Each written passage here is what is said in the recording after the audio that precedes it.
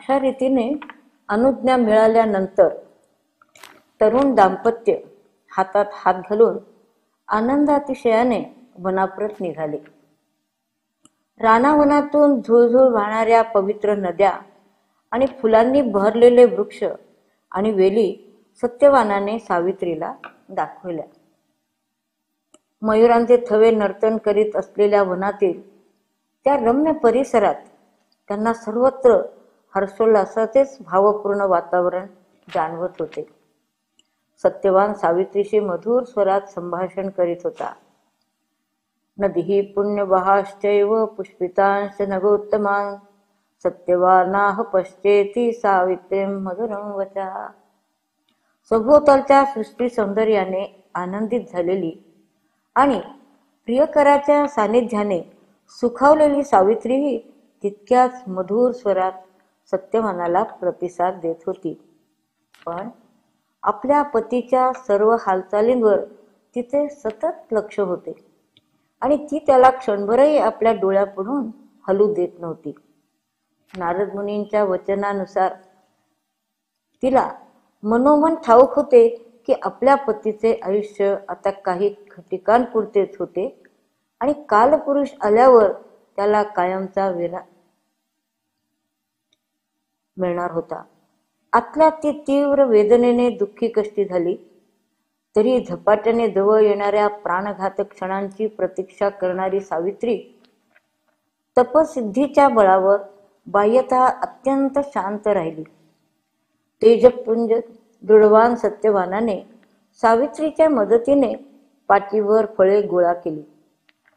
मग त्याने झाडांच्या फांद्या तोडायला सुरुवात केली.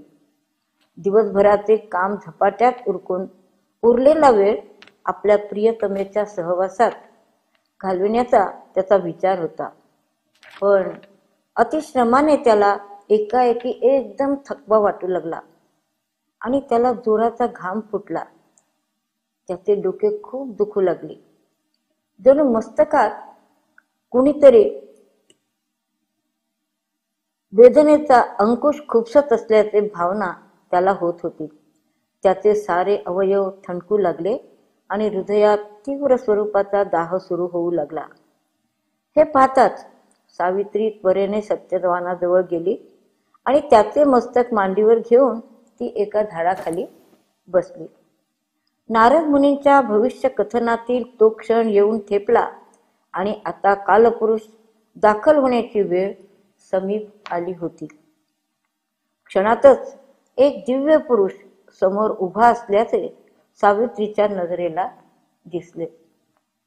आपल्या रक्तवर्णीय वस्त्रात तो तेजपुंज व सुंदर दिसत होता. मस्तकावर त्याने एक भव्य मुकुट धारण केला होता. जणू सूर्यदेव अवतरला आहे असे वाटत होते. तो कृष्णवर्णी पण कांतिमान होता. त्याचे नेत्र रक्तवर्णी होते आणि तो सत्यवानाकडे निश्चल नजरेने रोखून पाहत होता. त्याच्या हातात पाश होता. खरोखर त्याचे स्वरूप मोठे भय उत्पन्न करणारे होते. त्याला पाहताच पतीचे मस्तक भूमीवर ठेवून सावित्री हात जोडून त्याच्या समोर उभी राहिली. तिचे हृदय धडधडत होते. परंतु तरी तो पुरुष कोण आहे व तो कशासाठी येथे आला आहे असे तिने त्याला धीटपणे पण नम्रपणे विचारले. तू एखाद्या सर्वसामान्य मनुष्य प्राण्यासारखा दिसत नाहीस व बहुधा तू एखादा देवपुरुष असावास असे ती म्हणाली. त्यावर आपण यमराज असल्याने त्याने सांगितले. सावित्री धर्मशील आणि पतिव्रता असल्याने व तिने उग्र तपस्या केली असल्याने आपण तिच्याशी संवाद करू शकतो असेही तो तिला म्हणाला. सुकुमार, धर्मात्मा आणि सद्गुणांचा महासागर असलेल्या सत्यवानाला धरून आणण्याची हिंमत त्याच्या एखाद्या दुय्यम दूताला झाली नसते, म्हणून आपण स्वतःच त्याचे प्राण घेऊन जाण्यासाठी आलो आहोत असे यमराजाने सांगितले. नंतर त्याने पाश टाकून सत्यवानाचा अंगुष्ठ मात्र असलेला आत्मा जोराने बाहेर ओढला व त्याचा ताबा घेतला. तसेच दक्षिण दिशेला त्याने प्रस्थान ठेवले. जेव्हा सत्यवानाचा श्वासोश्वास थांबला तेव्हा आत्मा सोडून गेलेला त्याचा देह निस्तेज पडला. अचेतन व निष्प्राण झालेला तो देह फारच भयावह दिसत होता. दुःखाने व्याकुळ झालेली सावित्री यमाच्या पाठोपाठ चालू लागली. विविध व्रतातून प्राप्त झालेल्या सिद्धीमुळेच तिला हे शक्य झाले होते. थोड्या वेळाने यमाने मागे वळून पाहिले तो सावित्री आपल्या पाठोपाठ येत असल्याचे त्याला दिसले. मृतपतीच्या मागोमाग शास्त्राने सुचविलेले अंतर चालून जाण्याचे कर्तव्य सावित्रीने पार पाडले असल्याने आता मृताचे अंत्यसंस्कार करण्यासाठी तिने मागे परतावे असे यमराजाने तिला सुचवले. पण सावित्रीने तो सल्ला जुमानला नाही. यमराज हा सूर्यदेव विवस्वानाचा व सत्यधर्माचा पालन करता आहे. त्याच्या समवेत 7 अधिक पावले आपण चाललो, त्यामुळे शास्त्रसंमत संकेतानुसार उभयतात मैत्रभाव निर्माण झालेला आहे असे सावित्रीने निदर्शनाला आणले आणि त्या बळावर तिने यमराजाशी मूलभूत तत्वांवर व्यापक संवाद केला. विवस्वत्वं तनयाः प्रतापवान स्वतो हि वैवस्तताः उच्चसे बुधे समेन धर्मेण चरन्ति ता प्रजा स्ववस्त वेहेश्वर धर्मराजता. तू विवस्वानाचा शक्तिवान पुत्र आहेस आणि म्हणून विद्वज्जन तुला वैवस्वत म्हणून संबोधतात. सर्व प्राणीमात्रांशी तू न्यायबुद्धीने वागतोस व तू धर्माची प्रतिष्ठा राखतोस आणि हे स्वामी त्या कारणास्तव तू धर्मराज या नावानेही ज्ञात आहेस. तिची भाषा व्याकरण शुद्ध, शब्दाच्या व्युत्पत्तीने व वाक्यरचनेचे वैशिष्ट्य राखणारी आणि छंदशास्त्रांच्या दृष्टीने परिपूर्ण होती. तिचा युक्तिवादही निर्दोष होता.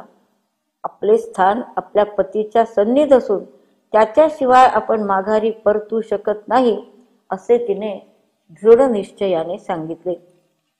तपोबलाने, गुरुभक्तीने, पतिप्रेमाने, पवित्र व्रतांचे पालन करून आणि स्वतः यमराजाच्या कृपेने एखाद्या स्त्रीला साध्य होणार नाही असे जगात काही आहे का अशी पृच्छा तिने त्याला केली.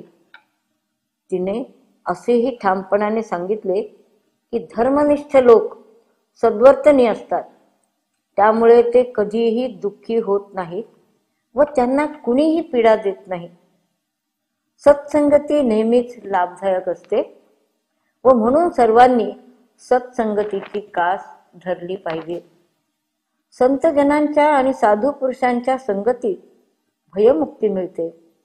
यासाठी माणसाने स्वतःपेक्षाही सत्पुरुषांवर अधिक विश्वास ठेवला पाहिजे आणि त्यांना अधिकाधिक प्रेम दिले पाहिजे. त्यानंतर अनुभूतीच्या दिव्य जाणीवेतून एका महान क्षणी ती असेही बोलून गेली की आपल्या सत्याचरणाचे संतजन सूर्याचा प्रशस्त मार्ग निश्चित करतात व तपश्चरणाने संत पृथ्वीला आधार देतात. भूत, वर्तमान व भविष्यकाळ यांना संतांच्या ठायी आसरा मिळतो. संतांच्या संगतीत सत्पुरुष कधीही दुःखी होत नाहीत. संतो हि सत्येन नयन्ति सूर्यं संतो भूमिं तपसा धारयन्ति संतो गतिर्भूत भव्यस्य राजन संतांमध्ये नावसिदन्ति संतः. धर्माचरण करणारे विद्वान व श्रेष्ठ पुरुष परस्परांशी सहकार्य करतात आणि एकमेकांना कधीही पीडा देत नाहीत, म्हणून ते साऱ्या जगताचे संरक्षण ठरतात. आत्म्याचा स्पर्श लाभलेल्या या उद्गारातील प्रगल्भता व त्यातील सत्यता पाहून अत्यंतिक प्रसन्नता पावलेल्या यमराजाने सावित्रीला एकामागून एक वर देण्यास सुरुवात केली.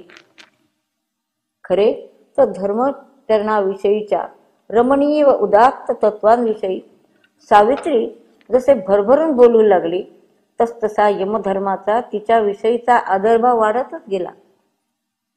अंधश्वशुरांना पुन्हा दृष्टी लाभावी आणि गेलेले राज्य त्यांना परत मिळावे अशी मागणी सावित्रीने पहिल्या 2 वरातून प्राप्त केली. तिसऱ्या वरांवेळी तिचे राजा अश्वपती वीरशाली 100 पुत्र त्याला लाभावेत, स्वतःला वीरबंधू लाभावेत अशी इच्छा प्रदर्शित केली. चौथ्या वरातून तिला 100 पुत्र झाले असते, पण अन्य 3 वरांपेक्षा हा वर जरा वेगळा होता. शास्त्रोचित विवाह बंधना व्यतिरिक्त अशा वराची फलपूर्ती होणे अशक्य होते. म्हणून सत्यवानाचे प्राण परत मिळावे असे तिने आग्रहपूर्वक सांगितले. सत्यवानाशिवाय आपण मृतप्राय आहोत, त्याच्या विना आपण कोणत्याही सुखापासून, अगदी स्वर्गप्राप्तीच्या सुखापासूनही अलिप्त राहू असे तिने यमराजाला निक्षून सांगितले. जर सत्यवान आपल्याला लाभला नाही तर यमराजाचाही वर वृथा जाईल, निष्फळ होईल. अखेर यमराजाची उक्ती आणि कृती यांच्यातील विचित्र विसंवादावर तिने नेमके बोट ठेवले. ती म्हणाली, वराति सर्गः शतपुत्रदा मम त्वयैव दत्तोर्दीयते पतिः वरं वृणे जीवतु सत्यवानयं तवैव सत्यं वचनं भविष्यति. तू मला 100 पुत्र व्हावेत म्हणून वर दिला आहेस, पण माझा पती मात्र तू माझ्यापासून हिरावून घेत आहेस. म्हणून सत्यवानाचे प्राण मला परत दे असे मी पुन्हा पुन्हा तुला विनवित आहे, कारण त्यामुळेच तुझा वर फलित होणार आहे. सावित्रीच्या धर्मवचनांनी प्रसन्नचित्त झालेल्या यमराजाने तथास्तु म्हटले आणि मृत सत्यवानाच्या आत्म्याभोवती टाकलेला फास सोडवून त्याला मुक्त केले.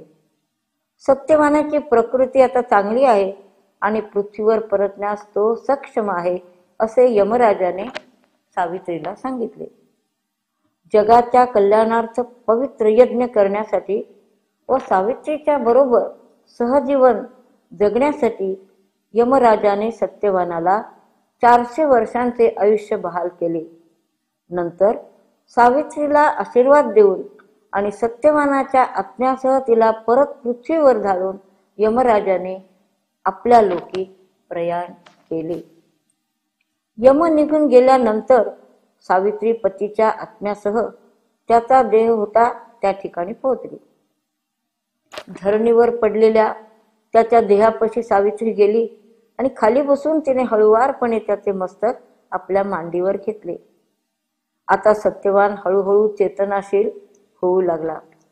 त्याने सावित्रीकडे प्रेमपूर्वक पाहिले आणि आपण जणू परदेशी फार लांबचा प्रवास करून आलो आहोत अशा तऱ्हेने तो तिच्याशी बोलू लागला. गाढ निद्रेतून आपण जागे झाले आहोत अशी त्याची भावना झाली, पण आपणाला एका दारुण अशा अज्ञात प्रदेशात ओढून नेणाऱ्या एका काळ्या कभिन्न व भयंकर अशा मूर्तीची पुसट आठवण त्याला मात्र येत होती. अखेर ती व्यक्ती होती तरी कोण असे सत्यवानाने विचारले. प्रत्यक्ष यमराजच तेथे आला होता असे सावित्रीने सांगितले. पण मग घाईघाईने ती म्हणाली की आता सर्व काही संपले आहे आणि तो निघूनही गेलेला आहे. या सर्वच प्रसंगांबद्दल सत्यवानाला अधिक काही जाणवू देण्याची तिची इच्छा नव्हती.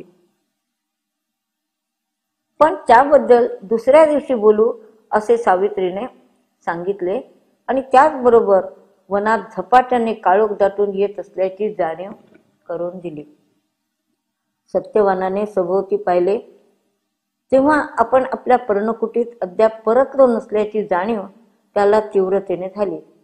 रात्र पडू लागली असताही आपण घरी परतलो नसल्याने आपली वृद्ध माता पिता खूप काळजी करीत असतील या विचाराने तो अगदी अस्वस्थ झाला.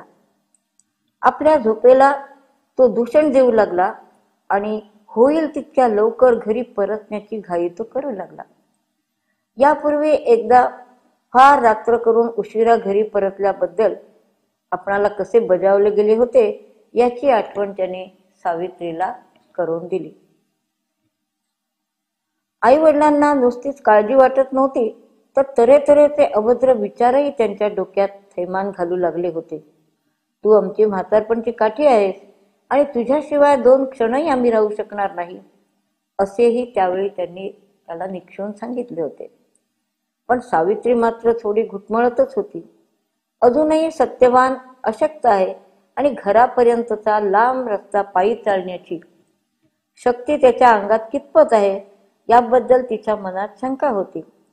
वनात वाट चुकून भरकटणेही धोकादायक होते. तिला खूप भीती वाटू लागली. नक्तं चराचरं चेते दृष्टा क्रूरा विभाषिणाः श्रूयन्ते पर्णशब्दाश्च मृगाणां चरतां ले एता घोरं शिवा नादान् दिशं दक्षिणपश्चिमाम् अस्थाय विरुस्तुग्रा कंपयन्तो मनो मम. कर्कश आवाज काढणारे निशाचर आपल्या भक्ष्याच्या शोधार्थ सैरावैरा हिंडत आहेत. इतस्तता फिरणाऱ्या हिंस्त्र पशूंच्या चालण्याने पालापाचोळ्यात आवाज ऐकू येत आहेत. दक्षिण आणि पश्चिम दिशातून होणाऱ्या कोल्लिणींच्या कोळीमुळे माझ्या अंतःकरणाचा भीतीदायक थरकाप उडत आहे. अशा भयभीत मनस्थितीत आपण दुसऱ्या दिवशी सकाळी परतू अशी गळ सावित्री सत्यवानाला घालू लागली. पण सत्यवानाच्या मनाचा बांध फुटला आणि अक्षरशः त्याने डोळ्यातून अश्रूंना वाट करून दिली. आता आपल्या मातापित्यांचा विरह क्षणभरही सहन करण्याचा धीर त्याच्यात उरला नव्हता.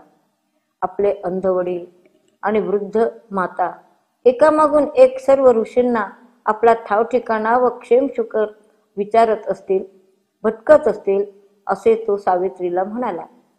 जसजसे तो हे आठवू लागला तसतसे त्याला अधिकाधिक ते रडे कसे गळे. ताबडतोब आपण पर्णकुटीत परतणे आवश्यक आहे. तसेच आपल्या गुरुजनांना वंदन करायचे आहे असे तो म्हणाला. नंतर थोड्याशा गंभीर स्वरात कठोरपणे आणि जवळजवळ दटावणीच्या स्वरात तो सावित्रीला म्हणाला की जर तुला सद्वर्तनांबद्दल चाड असेल तर याच रात्री आपण घरी परतणे उचित ठरेल. आपल्या पतीच्या म्हणण्यातील सत्यता लक्षात घेऊन वडीलधाऱ्यांच्या बद्दल त्याच्या बोलण्यातून दिसून येणारा गाढ आदर वर आस्था ध्यानात घेऊन आणि अशा रीतीने प्रतीत होणारे जीवनाच्या प्रत्येक कृतीतील त्याचे धर्माचरण पाहून सावित्रीने आता कोणताही अधिक काळ न गमावता घरी परतण्याचे ठरविले. ती त्वरेने उठली. आपले मोकळे केस तिने बांधले आणि पतीचे दोन्ही हात धरून त्याला तिने नीट उभे राहण्यास सहाय्य केले. सत्यवानाने आपल्या अंगावरील धूळ झटकली. मग आजूबाजूला दृष्टी टाकली असता फळांची टोपली जवळच पडली असल्याचे त्याला दिसून आले. पण ती उद्या घरी जाताना नेता येईल असे सावित्रीने सुचवले. एका झाडाच्या खाली फांदीला तिने ती टोपली अडकवून ठेवली आणि खांद्यावर कुऱ्हाड घेऊन ती सत्यवानापाशी आली. आपल्या उजव्या हाताने तिने त्याच्या कमरेला विळखा घातला. त्याचा डावा हात तिने आपल्या खांद्यावर घेतला आणि ती दोघे हळूहळू चालू लागली. तू अगदी भित्री आहेस आणि वनात आपण वाट चुकू असे तुला वृथा काळजी वाटते असे तिला सत्यवान उत्तेजित स्वरात बोलला. वनातल्या सगळ्या वाटा आपल्याला चांगल्या ठाऊक आहेत. आपण त्या वारंवार पायाखाली तुळवल्या आहेत. नुसते तारे पाहूनही आपण बरोबर वाट काढू शकू असे सांगून त्याने सावित्रीला आश्वस्त केले.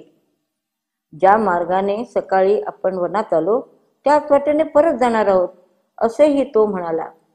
पळस वृक्ष समूहापाशी जी वाट फुटते त्यापैकी उत्तरेकडे जाणाऱ्या मार्गाने आपल्याला जावयाचे आहे असे सांगून घरी लवकरात लवकर पोहोचण्याच्या दृष्टीने झपझप पावले उचल असे त्याने सुचवले.